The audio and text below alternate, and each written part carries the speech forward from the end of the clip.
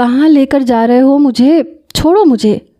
بری طرح چیختی وجیہہ چلتے ہوئے اپنے آپ کو چھڑوانے کی کوشش کر رہی تھی، لیکن وہ دونوں عورتیں اسے گھسیٹتی ہوئی اندر کی طرف کہیں لے کے جا رہی تھیں۔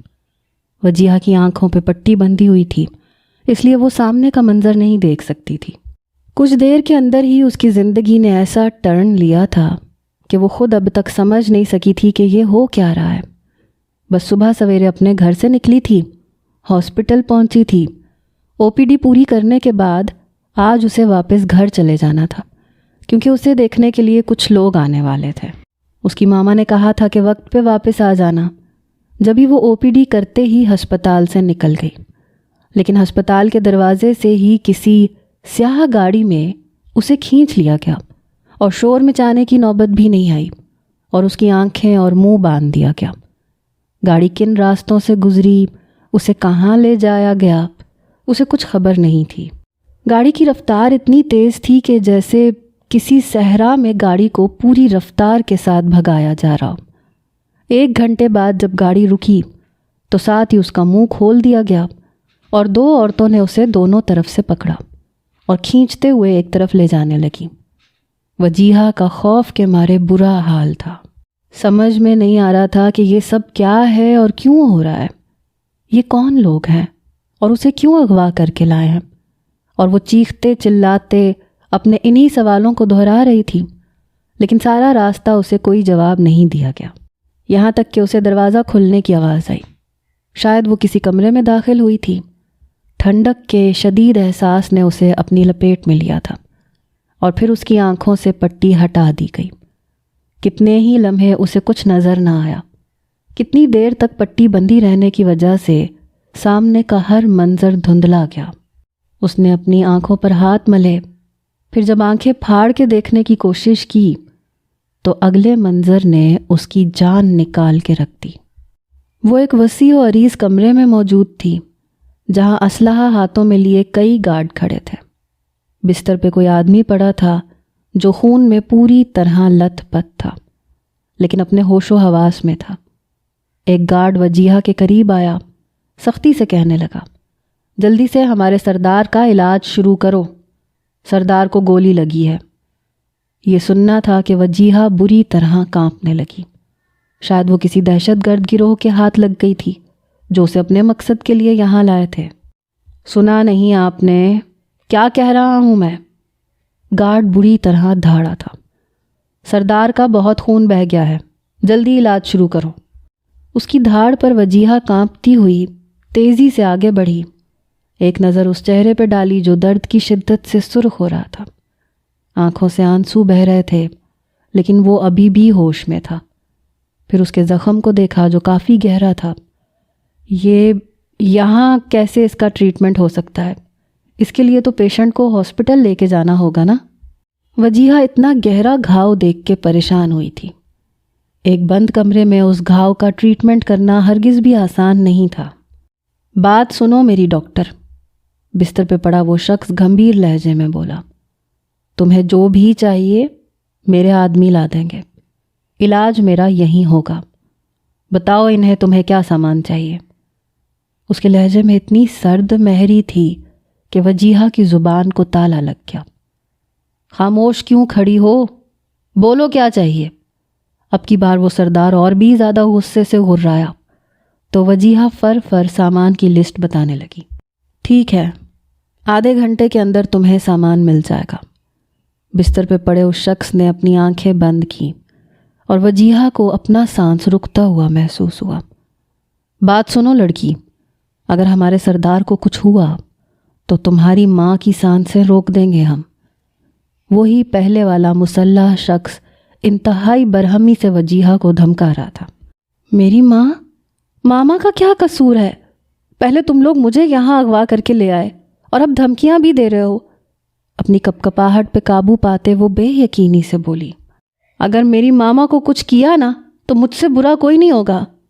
اس کے ذہن میں فوراً اپنی ماں کا خیال آیا تھا جو اس دنیا میں اس کا واحد سہارا تھی۔ وجیہہ کی بات پہ سردار نے آنکھیں کھولیں۔ میری زندگی بچانے کا مطلب ہے اپنی ماں کی زندگی بچانا، سمجھ رہی ہو نا؟ نصرت بیگم کو زندہ دیکھنا چاہتی ہو تو فوراً سے علاج شروع کرو۔ وجیہہ کی ماں کا نام لے کر اس سردار نے وجیہہ کو پوری طرح ہی حیران کر دیا تھا۔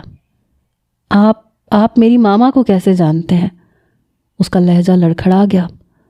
تمہیں یہاں لانے سے پہلے تمہارے پورے خاندان کا شجرہ نکالا ہے۔ اس جگہ ہر کسی کو اٹھا کے نہیں لایا جاتا۔ تمہارے گولڈ میڈلز کا علم ہے ہمیں، اسی لیے تمہیں یہاں بلایا ہے۔ اب علاج شروع کرو گی یا پھر کوئز شو کھیلو گی؟ سردار کے چہرے پہ مزید سرخی چھائی۔ اپنی ماں کا نام سن کر وجیہہ بہت محتاط ہو چکی تھی۔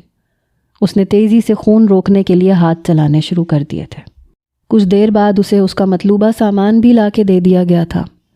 ایک گولی سردار کے بازو میں پیوست تھی اور سینے پہ چاقو کا گہرا زخم تھا۔ تنہا اس کے لیے یہ سچویشن سنبھالنا بالکل ممکن نہیں تھا۔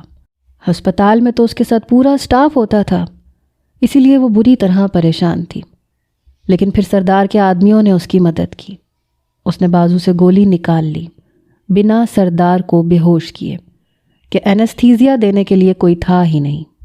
اسے لگا تھا کہ سردار بہت شور مچائے گا، خود ہی بے ہوش ہو جائے گا یا ہنگامہ کھڑا کر دے گا، لیکن سردار کے منہ سے ایک لفظ نہیں نکلا تھا۔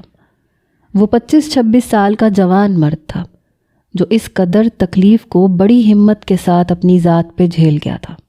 البتہ کئی بار ایسا ہوا کہ تکلیف کے عالم میں اس نے وجیہہ کا بازو پکڑ کے زور سے دبایا اور وجیہہ کی اپنی چیخ نکل گئی تھی۔ گولی نکالنے کے بعد اس نے زخم پہ پٹی کی، سینے کے گھاؤ پہ ٹانکے لگا کے انہیں بند کیا اور پھر اس پہ بھی بینڈیج کرتے سکون کا سانس لیا کہ سردار کی جان بچ گئی تھی۔ سردار گہری گہری سانسیں بھرتا آنکھیں بند کر چکا تھا۔ تکلیف کتنی تھی وہ اس کا چہرہ بتا رہا تھا۔ وجیہہ نے کمرے میں لگی گھڑی پہ نظر ڈالی جو اب شام کے 5 بجا رہی تھی۔ اسے دیکھنے والے لوگ 5 بجے آنے والے تھے۔ اس کی ماں اس کی منتظر ہوگی، یہ سوچ کے وہ پریشان ہو گئی۔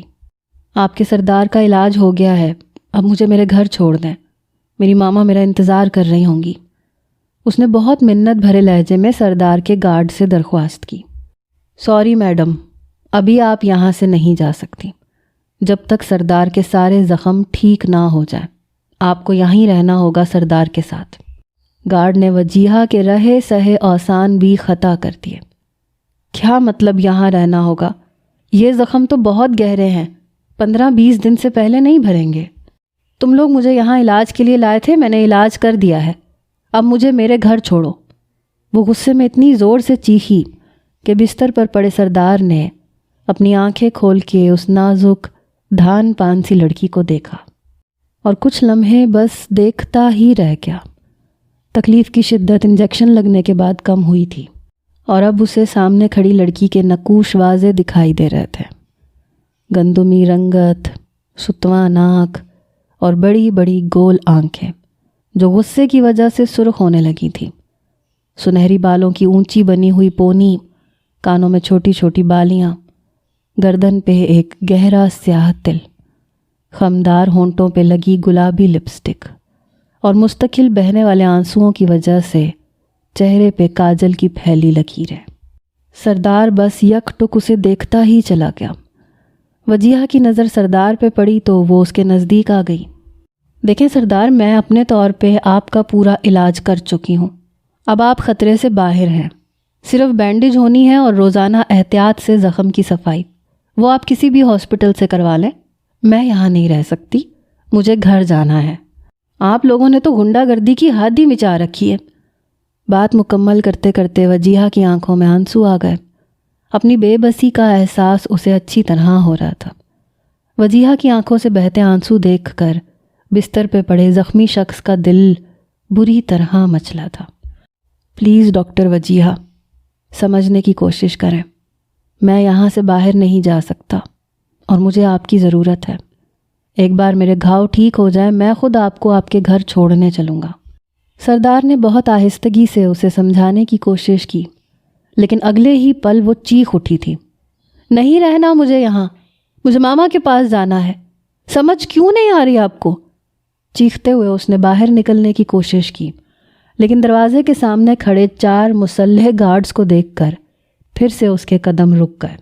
بے بسی سے پلٹ کے اس نے سردار کی طرف دیکھا جس کے چہرے پہ دھیمی مسکراہٹ رینگ گئی تھی۔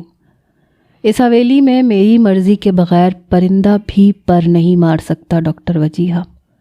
یہاں سے جانے کے بارے میں تو سوچئے گا بھی مت۔ جب تک میں نہ چاہوں آپ ایک قدم بھی باہر نہیں نکال سکتی۔ یہاں آپ کو کوئی تکلیف نہیں ہوگی، آپ کو اسی کمرے میں میرے ساتھ رہنا ہوگا۔ میں ٹھیک ہو جاؤں تو پھر خود آپ کو آپ کے گھر لے چلوں گا، شکریہ ادا کرتے ہوئے آپ کی فیس بھی دوں گا، جتنی آپ چاہیں اتنی، لیکن فی الحال آپ کا کام مجھے ٹھیک کرنا ہے، اور وہ بھی جلد سے جلد۔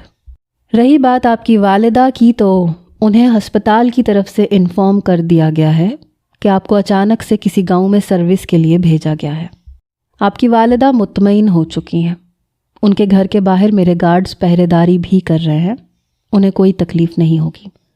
ہاں، اگر آپ نے مزید چیخنے چلانے کی کوشش کی تو پھر نتیجے کی ذمہ دار آپ ہوں گی۔ میرے آدمیوں کے لیے کسی کی جان لینا کوئی بڑی بات نہیں ہے۔ سردار نے ٹھہرے ہوئے لہجے میں سر سے پاؤں تک وجیہہ پہ نظر ڈالتے اسے ساری تفصیل سنا دی تھی۔ نظر آ رہا ہے وہ تو مجھے کہ کسی کی جان لینا، کسی کو اغوا کرنا آپ لوگوں کے لیے کتنا آسان ہے۔ آنکھوں میں اترتی نمی کو ہتھیلیوں کی پشت سے پونچھتے اس نے نفرت سے اس زخمی انسان کو دیکھا تھا۔ اچھا ہوتا کہ مر جانے دیتی میں اسے، کم سے کم یہاں سے رہائی تو ملتی۔ وہ دل ہی دل میں خود کو کوس رہی تھی۔ سردار نے اس پہ نظر ڈالتے اپنے گارڈز کو دیکھا۔ آپ لوگ سب ڈاکٹر وجیہہ کی موجودگی میں حویلی سے باہر رہیں گے، کوئی مرد حویلی میں قدم نہ رکھے۔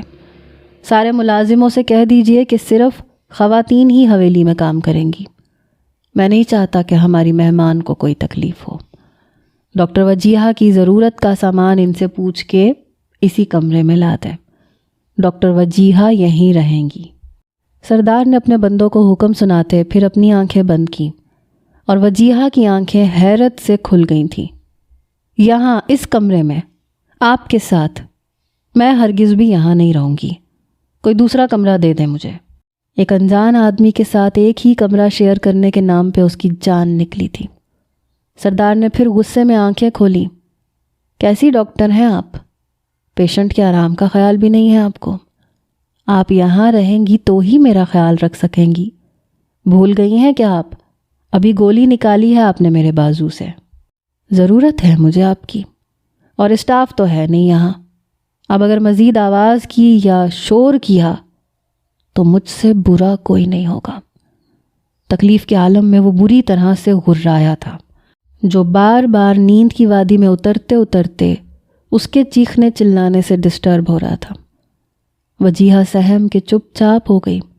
سارے گارڈز کمرے سے باہر نکل گئے اور وہ اپنی جگہ فریز ہی کھڑی رہ گئی۔ سردار نے پھر اسے دیکھا تو کوفت میں مبتلا ہوا۔ کپڑے کیوں نہیں بدل لیتی ہیں آپ؟ یہ خون آلود کپڑے پہن کے کیوں کھڑی ہیں؟ بیزارگی سے کہتے اس نے وجیہہ کے کپڑوں پہ نظر ڈالی۔ جی ہاں، میں تو پورا سامان پیک کر کے لائی ہوں نا یہاں، جو کپڑے بدلنے چلی جاؤں۔ آپ ہی بتا دیں کس رنگ کے اور کون سے کپڑے پہنوں؟ وہ جلے کٹے انداز میں گویا ہوئی۔ سردار کے چہرے پہ تکلیف کے باوجود بھی مسکراہٹ رینگ گئی، گالوں میں ڈمپل نمایاں ہوئے تو وجیہہ کو احساس ہوا کہ وہ ایک خوبصورت اور مکمل مرد ہے۔ کچھ لمحے وہ بغور اس چہرے کو دیکھتی رہی۔ اس کی آنکھوں میں تکلیف، غصہ، ناراضگی، نیند، سب کچھ تھا، مگر گندگی اور ہوس نہیں تھی۔ ڈاکٹر صاحبہ ایسے نہ دیکھیں، نظر لگ جائے گی مجھے، پہلے ہی بہت لوگوں کی نظر ہے مجھ پہ۔ یہ وارڈروب ہے میرا، فی الحال میری ہی کوئی شرٹ پہن لیجئے، اپنے آدمیوں سے کہہ کے میں آپ کے لیے جلدی سامان کا انتظام کروا دیتا ہوں۔ اسے ہدایت کرتا وہ پھر سے اپنی آنکھیں بند کر گیا۔ وجیہہ کو خود بھی ان خون آلود کپڑوں سے الجھن سی ہو رہی تھی، اس لیے اس نے وہ بڑا سا وارڈروب کھولا، ایک کے بعد ایک سارے کپڑے چیک کرنے لگی۔ وہ ٹراؤزر ٹی شرٹ اس کے سائز سے کہیں زیادہ بڑے تھے، لیکن فی الحال مجبوری تھی، اسی لیے اس نے ایک ٹراؤزر ٹی شرٹ کا انتخاب کیا اور کمرے کے ساتھ بنے واش روم کا رخ کر لیا۔ کچھ دیر بعد وہ باہر نکلی تو ڈھیلے ڈھالے ٹراؤزر ٹی شرٹ میں تھکی ہاری اس صوفے پہ بیٹھ گئی جو اس کمرے میں بیڈ کے علاوہ ایک واحد آرام کرنے کی جگہ تھی۔ لیکن یہ 2 سیٹر صوفہ اس کے لیے بہت چھوٹا تھا۔ اگر وہ لیٹتی تو اس کے پاؤں یقیناً صوفے سے باہر ہوتے، اس لیے وہ بس کمر کو ہلکا سا ترچھا کر کے آرام کرنے لگی۔ وہ سردار اب سو چکا تھا۔ کچھ ہی دیر بعد تھکی ہاری وجیہہ کو بھی نیند آنے لگی، لیکن ساتھ ہی اپنی ماما کا خیال بھی ستانے لگا جو نہ جانے اس کے پیچھے کن حالات میں گزارا کر رہی تھیں۔ ماما کے بارے میں سوچتے سوچتے اسے بھی تھکن سے نیند لگ گئی۔ کچھ دیر بعد آواز پہ آنکھ کھلی تو دیکھا کہ ایک ملازمہ کھانے کی ٹرالی لیے اندر آئی تھی۔ ڈاکٹر صاحبہ کھانا کھا لیجئے، ادب سے کہتی وہ ہاتھ باندھ کے کھڑی ہو گئی۔ وجیہہ نے گھڑی پہ نظر ڈالی تو رات کے 9 بج رہے تھے۔ بھوک زوروں سے لگی تھی، اس لیے بنا کچھ کہے وہ پلیٹ میں کھانا ڈالنے لگی۔ حیران کن بات یہ تھی کہ ٹرالی میں ہر چیز اس کی فیورٹ تھی۔ ایک کے بعد ایک ساری ڈشز چیک کرتے اس نے ملازمہ کو دیکھا تھا۔ مینیو کس نے سیٹ کیا ہے؟ وہ بہت ہی زیادہ حیران ہو رہی تھی۔ بی بی جی، میں آپ سے پوچھنے کے لیے آئی تھی کہ کیا بنانا ہے، تو آپ سو رہی تھیں تو سردار نے خود ہی بتا دیا تھا کہ کیا بنانا ہے۔ ملازمہ کی بات پہ اس نے حیرت سے سردار کی طرف دیکھا۔ کیا سردار کی اور میری چوائس اتنی ملتی جلتی ہے؟ وہ حیرانی سے اپنے آپ سے ہی سوال کر رہی تھی۔ کھانا پلیٹ میں ڈال کے اس نے ملازمہ کی طرف دیکھا تو ایک سوال ذہن میں آیا۔ بات سنو، یہ تمہارا سردار ڈاکو ہے کیا؟ کیا یہ ڈکیتوں کا گروہ ہے؟ انتہائی مدھم آواز میں اس نے ملازمہ سے سوال کیا۔ ایسا کیوں لگتا ہے آپ کو کہ میں ڈاکو ہوں؟ کس اینگل سے میں آپ کو ڈاکو نظر آتا ہوں؟ ملازمہ کے بجائے جواب سردار کی طرف سے آیا تھا اور وجیہہ بری طرح اچھلی تھی۔ سردار کو جاگتے دیکھ کر ملازمہ کمرے سے باہر نکل گئی، جبکہ وجیہہ نے خوف کے مارے دوبارہ نظر اٹھا کے سردار کو نہ دیکھا۔ بتائیں، کیوں لگتا ہے آپ کو کہ میں کوئی گنڈا ہوں، ڈاکو ہوں، دہشت گرد ہوں؟ وہ گہری نظروں سے ڈاکٹر وجیہہ کا جائزہ لے رہا تھا۔ جس طرح آپ کے بندے مجھے یہاں اٹھا کے لائے ہیں نا، اسی سے یہ پتہ چلتا ہے کہ آپ کیا ہیں۔ اگر اتنے ہی نیک اور شریف ہوتے تو علاج کروانے کے لیے ہاسپٹل آتے، یوں ڈاکٹروں کو اغوا نہ کرواتے پھرتے۔ اپنی فیورٹ ڈش کا سپون منہ میں رکھتے ہوئے اس نے غصے میں بات مکمل کی تھی۔ اچھا، تو آپ کو لگتا ہے کہ صرف ڈاکو ہسپتال نہیں آتے، اور بھی بہت سے لوگ ہیں جو سیکیورٹی کی وجہ سے ہسپتال نہیں جا سکتے۔ سردار کی نظریں اس کے چہرے پہ ٹکی ہوئی تھیں۔ آوارہ لٹیں چہرے کو پریشان کر رہی تھیں، لیکن وہ کھانا کھانے میں مصروف تھی، نہ جانے کب سے بھوکی تھی۔ سیکیورٹی کی بات تو ایسے کر رہے ہیں جیسے منسٹر لگے ہوں کہیں کے۔ یہ جو لوگ آپ کو سردار سردار کہہ رہے ہیں نا، یہ صرف بڑے ڈاکو کو ہی کہا جاتا ہے۔ وجیہہ نے اپنی معلومات جھاڑی تھیں۔ آج تک اس نے فلموں میں یہی تو دیکھا تھا کہ ڈاکوؤں کے سرغنہ کو وہ لوگ سردار کہا کرتے تھے۔ اس کمرے کا سامان بتا رہا ہے کہ لوگوں کو کتنا زیادہ لوٹ رکھا ہے آپ نے۔ وجیہہ نے ایک نظر سارے کمرے پہ ڈالی جہاں بیش قیمت آرٹ، پینٹنگز اور فرنیچر تھا۔ دیواریں تک اپنی قیمت بتا رہی تھیں۔ سردار کے چہرے پہ مسکراہٹ رینگی۔ اس نے مزید کچھ نہیں کہا کیونکہ وہ اس پیاری سی لڑکی کو کھانا کھاتے وقت ڈسٹرب نہیں کرنا چاہتا تھا۔ جلدی جلدی کھانا کھاتے وجیہہ نے اپنا پیٹ بھرا، پھر اٹھ کے وہ سردار کے قریب آئی۔ زخموں کو چیک کرنے کے بعد ایک انجیکشن اٹھا کے اسے سردار کے بازو میں پیوست کیا۔ سردار نے خاموشی سے اسے اس کا کام کرنے دیا۔ زہر کا انجیکشن تو نہیں لگا دیا؟ وہ انجیکشن لگا کے پلٹی تو سردار اسے چھیڑے بنا نہ رہ سکا۔ ڈھیلے ڈھالے ٹراؤزر ٹی شرٹ میں وہ انتہائی مختلف لگ رہی تھی۔ کاش لگا سکتی، لیکن میں اتنی بے رحم نہیں ہوں۔ ایک ڈاکٹر ہونا مجھے لوگوں کی زندگی بچانا سکھاتا ہے۔ آپ لوگوں کی طرح میں لوگوں کی جانیں نہیں لیتی پھرتی۔ وجیہہ غصے میں تپ کے بولی تو سردار کا بلند کہا چھوٹا۔